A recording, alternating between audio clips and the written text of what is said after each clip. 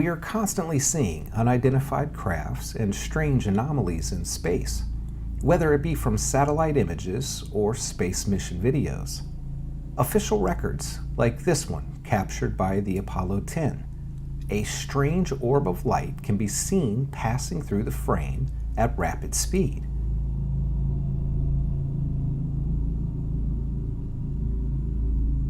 This video is from the shuttle mission STS-115.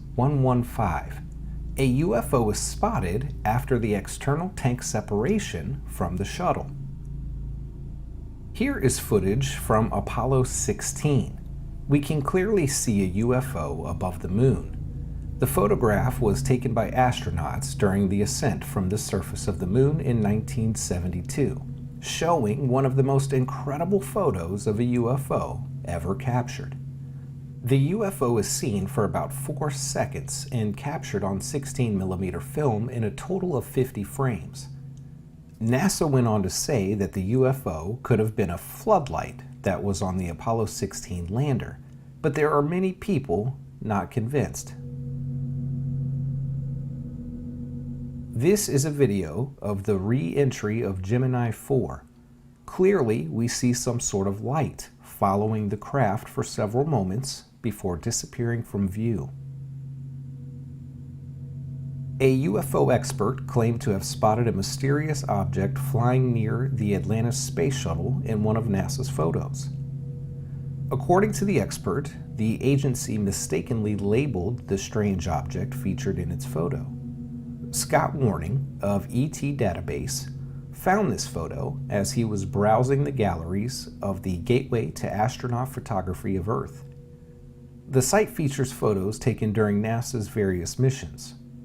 The photo that caught Warning's attention was taken during the STS-61B mission of the Space Shuttle Atlantis. STS-61B served as the 23rd Space Shuttle mission.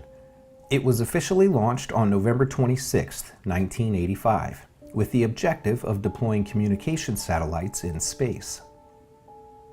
As seen in the photo taken from Atlantis, a circular disk can be seen floating near the spacecraft.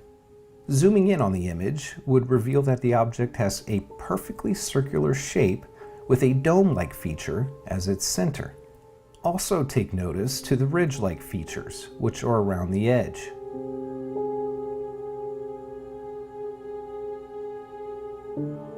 There are a lot of anomalies and conspiracies based around the planet Mars. In fact, one of the most critical being that all of the official photos seemingly portray everything on Mars to be the same color. It was proven that this reddish hue isn't at all what it actually looks like on Mars.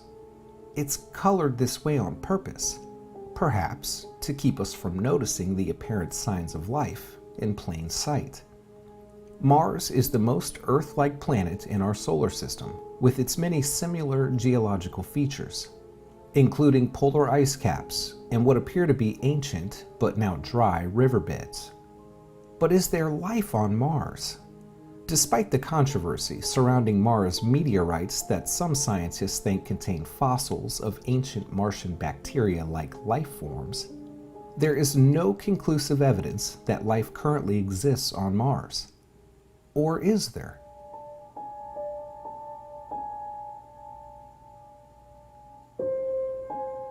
This photo, taken by the Mars Global Surveyor, MGS, looks a lot like aerial photos of an Earth desert dotted with shrub growth. A Hungarian research team, which has been analyzing the photos and other photos of the same area over time, has concluded that the black dots are indeed living organisms. By the middle of the first half of spring, these spots become darker, are bounded, and grow in size. By early summer defrosting, the naked dark soil of the dune is visible and surrounded by a lighter ring. Year after year, the dark dune spots renew on the same place with almost the same configuration. This repeat action, the team asserts, strengthens their suggestion of fixed biological causes of spot formation. The Hungarian scientists conclude that this strongly suggests a life cycle of some kind of plant life.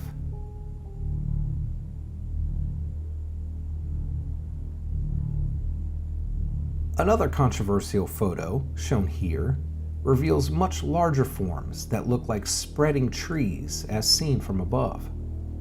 The respected author of the book 2001: A Space Odyssey, Arthur C. Clarke, said that they resemble Earth's banyan trees.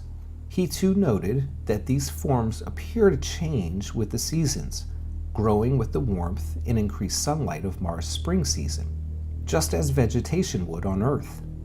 But NASA has likewise explained these shapes as some kind of freezing, defrosting phenomenon, or a part of just the bizarre geology of Mars. Both theories are just that, however, theories. NASA doesn't know any better than the Hungarians what these changing forms are on the Martian surface.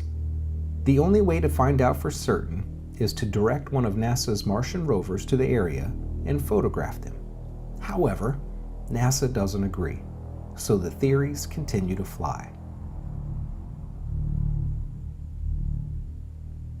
One of the most fascinating images from Mars shows a ribbed tube or tunnel-like structure, partially covered by the surface terrain.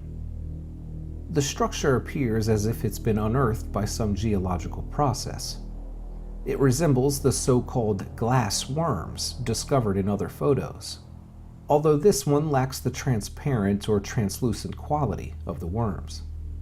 The official NASA stance on these structures is that they are quite natural and are in fact dune trains, rows of sand dunes. In an article titled "Is This an Artificial Construction on Mars?" compares these photos with another photo of actual Martian dune trains, and they don't look anything alike. While the photo of actual dunes indeed looks like sand dunes, these ribbed structures simply don't look the same.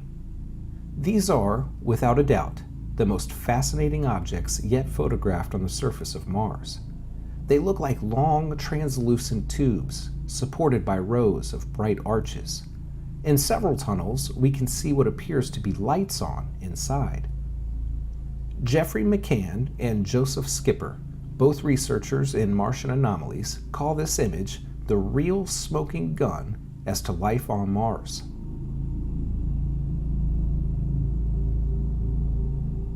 This photo depicts the so-called port, which has been examined in some detail at Mars Unearthed, which is no longer online. This highly geometric structure, appearing on a Martian cliffside, looks like an artificially constructed two-story building. In the opinion of an officially published article, the first floor walls of the port are facing the camera. The second floor is a well-defined square and is turned at a precise 45-degree angle to the first floor. Centered in the midst of the roof of that squared second floor is an abrupt, sharp circle, just as helicopters would use on our tall buildings. Near this structure, the article continues, is a large, open, U-shaped culvert or conduit out of which is flowing a great deal of liquid.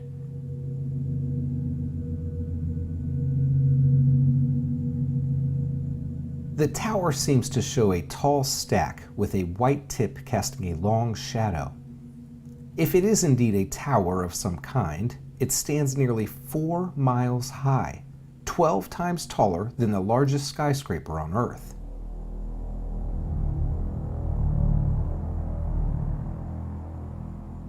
The Cydonia region of Mars seems to be full of weird anomalous structures. Southwest of the infamous face is a group of features that have been called pyramids. With their relatively smooth triangular sides, they bear a striking resemblance from the air to the pyramids of Giza.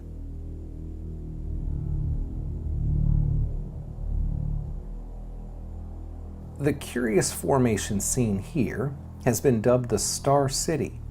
It's a complex structure that some researchers say show walls of artificial construction. The structure is located near a large area of strange patterns and other curiosities that look like tubes and tunnels.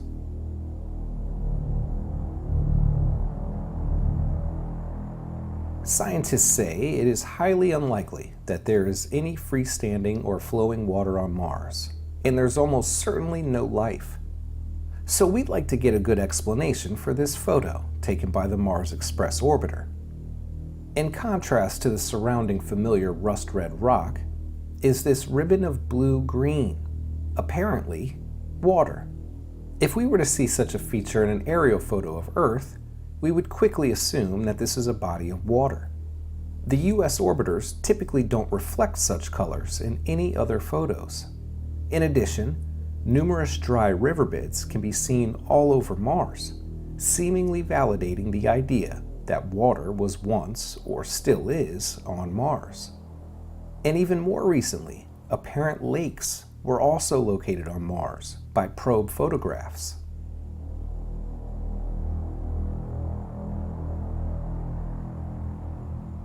Here is one of the most peculiar craters on Mars.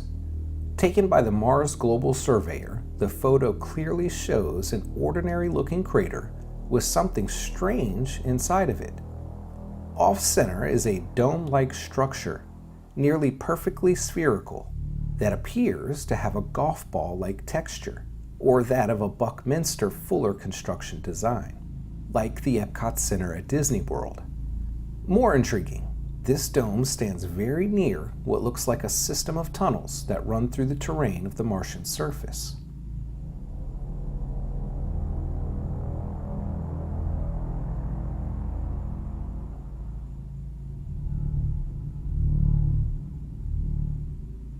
This photo of a mysterious object on the surface of Mars was snapped by a Mars orbiter from 165 miles up.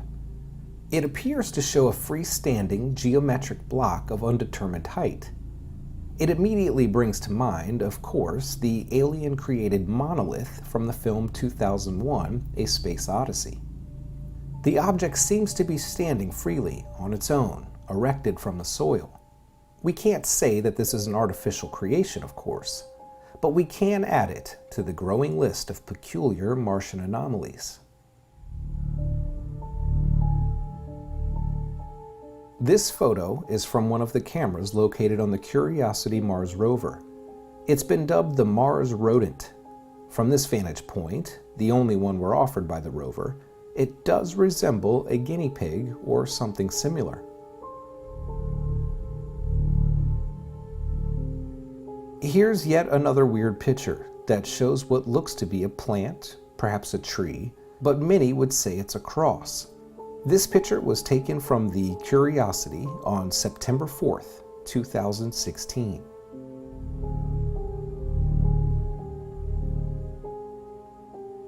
Are Earthlings really the only ones surveying the surface of Mars? NASA's rover images show lights moving around above the surface of Mars as if flashlights or floodlights surveying or looking for something. Lights have been seen in Mars images before, but they have been explained by NASA as cosmic rays striking the photosensor. But how do we account for lights that move around in a controlled manner, such as these?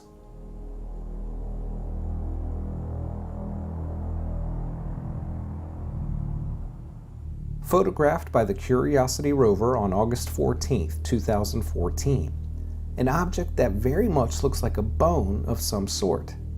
Some observers have likened it to the human's thigh bone. There shouldn't be bones of any kind on Mars, according to the planetary scientists, since life has never been detected there. And certainly no evidence for large forms of life has ever been confirmed. Or is this photo actually evidence? Its coloration, proportions, and shape, complete with joint-like nodules on the ends, immediately make one think of a limb bone. However, without any further examination, a conclusion can't be made.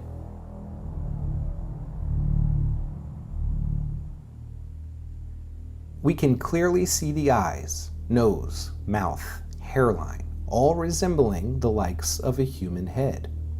Is this head of a statue from some ancient Martian culture, perhaps? You decide.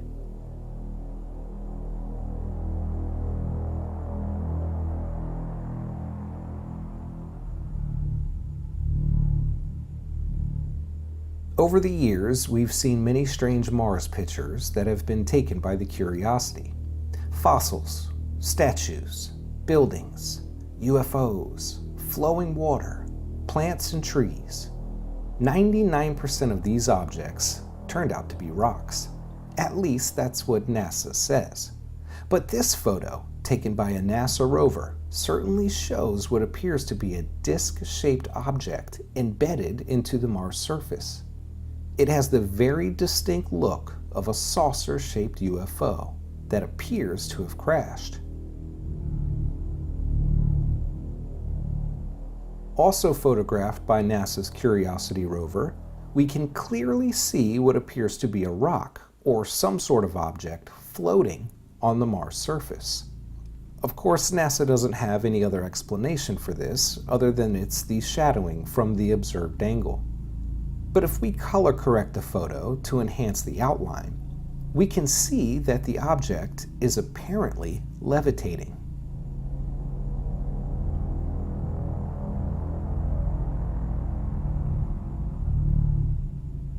There's no explanation for this photo on record, but it certainly appears to be a binder.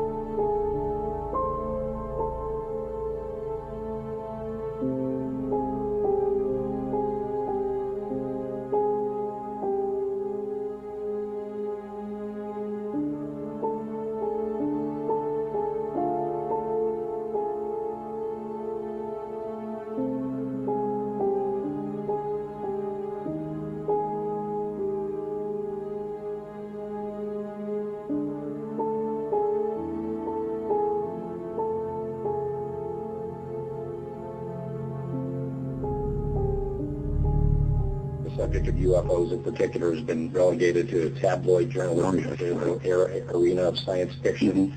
Why is it, do you suppose, or do you believe that it's been given a fair shake by science, and if not, why not? No, it hasn't, because it's rather clear there's been a lot of misinformation, disinformation. There's been a very active effort on the part of presumably people in the know to discourage public participation, media participation, to discredit the whole area. And that seems to have been true for at least 50 years.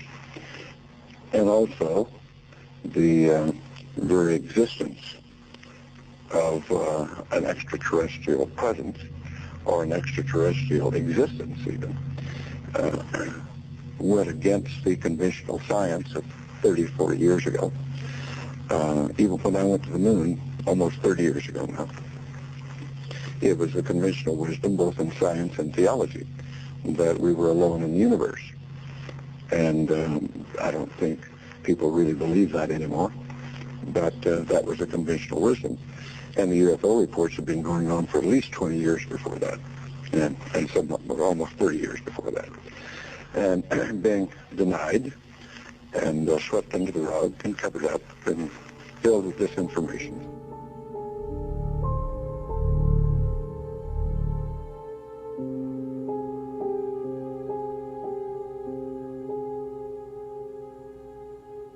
Did you know the moon landing footage they said was live was actually edited first? It's true, and this was confirmed. Only about 20 seconds of this raw footage was ever broadcast to the public, and these conversations discussing their deception were believed to be private, until now. Here they discuss that these television transmissions were in fact not broadcast live as everyone believed. They were first screened and edited for playback later. Roger, Neil. We just wanted a narrative such that we can, when we get to playback, we can sort of correlate what we're coming. Here they discuss the fact that they have turned out the lights and have blocked out sunlight from entering the spacecraft through the other windows, as to not cause any reflected light to fall onto the spacecraft's wall in the foreground. Okay, very good. Well, we shut out the sun coming in some of the other windows into the spacecraft, so it's looking through the number one window, and there isn't any reflected light. The reason this was done is so that the truth of the matter would not be revealed. It is this: though the federal government would have you believe that this is a view of Earth from a distance out of the spacecraft's window as it nears the moon, it is not. What they have ingeniously done is placed the camera at the back of the spacecraft and centered the lens on a circular window in the foreground, outside of which it is completely filled with the Earth in low orbit. The circumference of the window then appears to be the diameter of the Earth at a distance, with the darkened walls of the spacecraft appearing to be the blackness of space around it. That is why they wanted the interior dark and blocked out the sun from any other windows. Here you can see the extruded window, probably 2 inches thick at the bottom. This is because the Earth's shine is coming in at a downward angle. It also causes the Earth to appear to be an irregularly shaped circle, for you are seeing the outside of the window at the bottom and the inside of the window at the top, which together form 2 different sized halves of a circle. Subsequently, this take was never used. As they perfected the shot, a crescent-shaped piece of black material was inset slightly into the window to create the illusion of the Earth's terminator line dividing night and day. This is a segment that they believed wasn't even being recorded, much less suitable for broadcast, for the lens was being zoomed out and the scene was being changed to that of an interior of the astronauts at work, and apparently the stop button popped back up on the recorder without notice. Here is the diffused work light that they used to see camera controls, but not throw light onto the spacecraft's wall. Here they remove part of the crescent insert.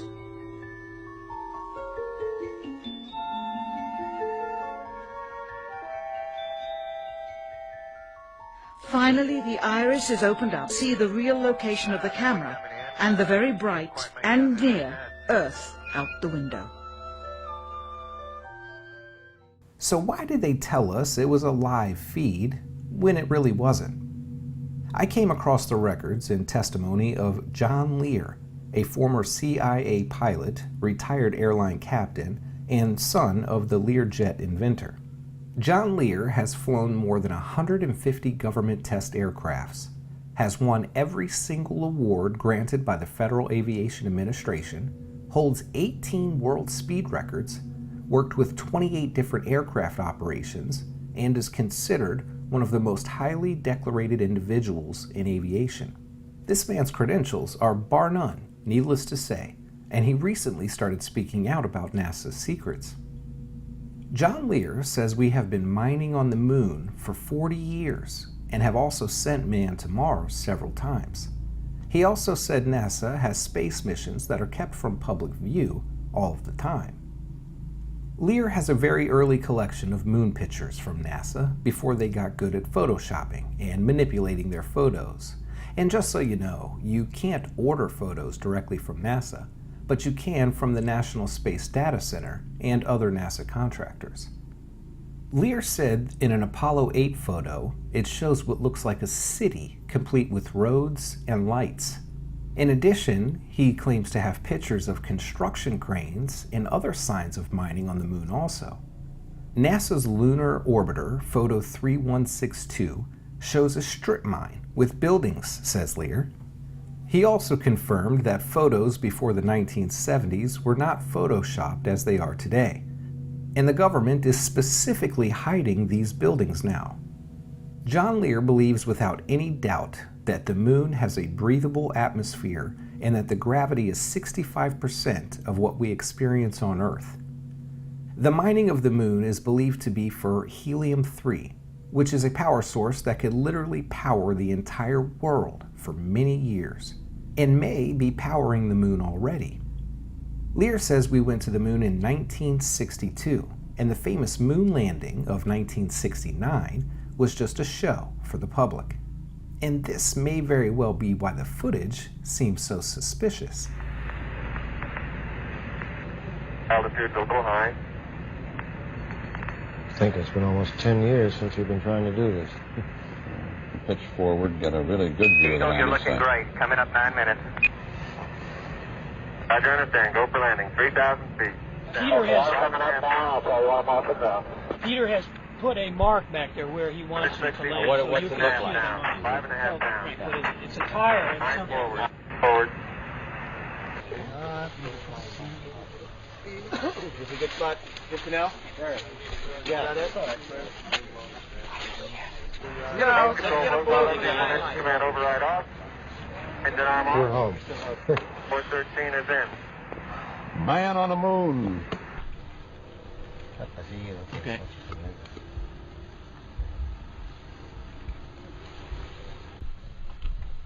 What do you think? Well, it's not a good idea, but what were you going to do?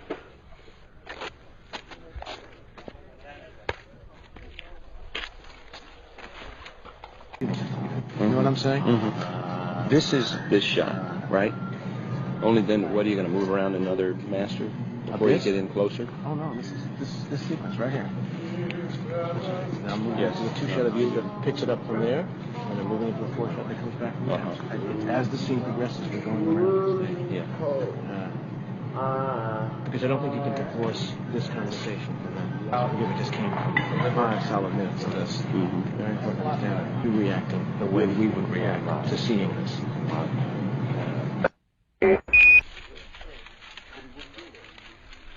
That's the best? Let's say it. Another one to Fred. I think that's awfully good. That one and the one before it was pretty good. Do we have about 15 seconds? Oh yeah, you got a lot of time here. I claim this land in the name of...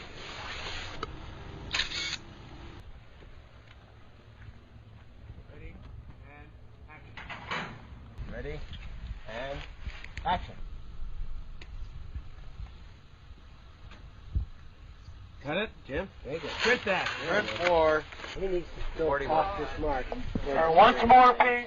Otherwise, he, frame let me walk it there when you you go. tell me I don't want right in the middle of it. 41. Here's what we really need is for him to go to his left and then kind of veer back. Is that right?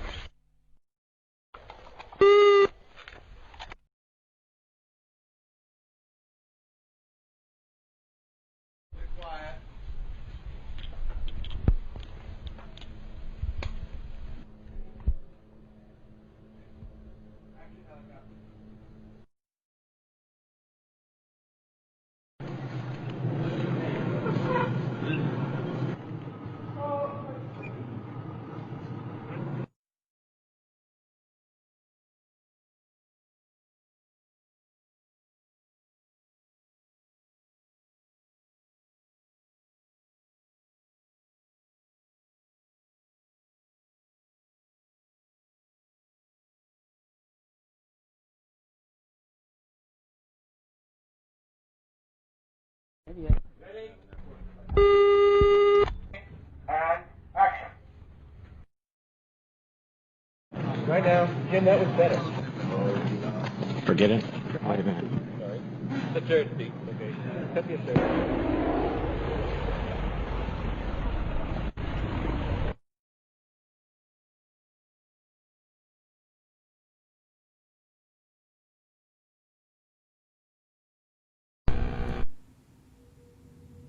Ever wonder who owns the moon? 3 American government contractors own 95% of the near side and 50% of the far side of the moon. They've owned it for nearly 40 years, and this is the same group of 3 who own most of the mineral rights to the entire solar system. You can verify this by searching Universal Mineral Leases Registry, and you will find their names: Dr. Joseph Resnick, Dr. Timothy O'Neill, and Guy Kramer. Resnick and Kramer are also involved with HAARP, the somewhat secretive military and government program based in Alaska. This likely means HAARP is used for much more than what they're telling us. Did you know there was an actual space treaty signed that said no country shall own the rights to space? But I guess that doesn't apply to these 3 individuals. John Lear says every single planet in our solar system can justify life. He also says the sky is not black on the moon, and that's why if you take a negative photo of the moon, the sky in the background looks tampered with in many places. This could also explain why we see no stars in the background of the photos on the moon.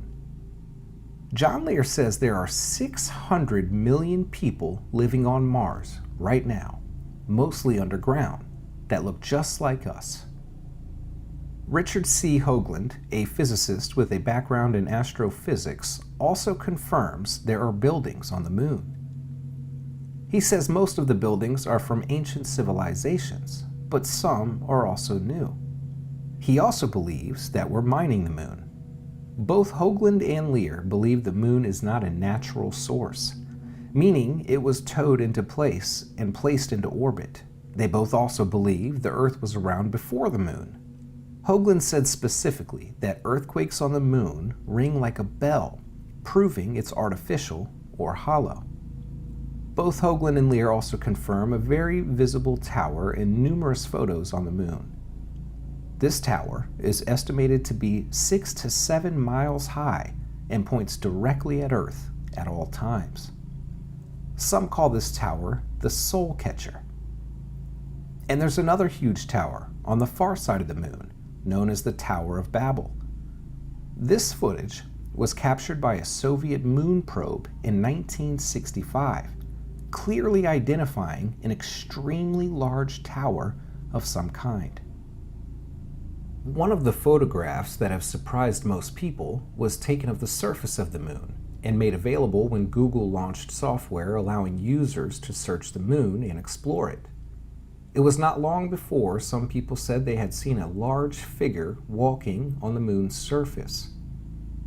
No one has really been able to explain just what the figure is, but NASA did give their version. They said it was nothing more than some dirt on a lens of the camera.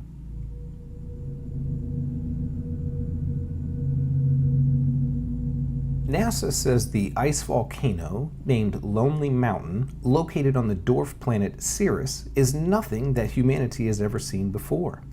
Subsequent research shows it was likely formed around 210 million years ago, and the presence of liquid water on Ceres also suggests that it might very well be habitable. Lonely Mountain has a summit of about 16,000 feet above the surface. It's the tallest mountain on planet Ceres. It was discovered in 2015 when NASA, now defunct, Ceres orbiting Dawn spacecraft beamed back images of the dwarf planet's surface. Ceres is a 600-mile-wide body that orbits the Sun in the asteroid belt between Mars and Jupiter. This research adds to evidence that Ceres is geologically active. Ceres is the only object in the asteroid belt currently known to be rounded by its own gravity, with a cratered surface shaped in part by eruptions, not of molten rock, as on Earth, but of liquid water. Joanne Bode in 1772 first suggested that an undiscovered planet could exist between the orbits of Mars and Jupiter. Johannes Kepler had already noticed the gap between Mars and Jupiter in 1596. This planet was first confirmed in 1801 by Giuseppe Piazzi, but later in the 1850s they reclassified it as an asteroid, and then now again reclassified it as a dwarf planet. There will probably always be more questions than there are answers, but it's an amazing universe out there, and there's no telling what we might find next. Until next time, I'm Jack Helms. Thanks for joining me on our journey into the strangest discoveries in space.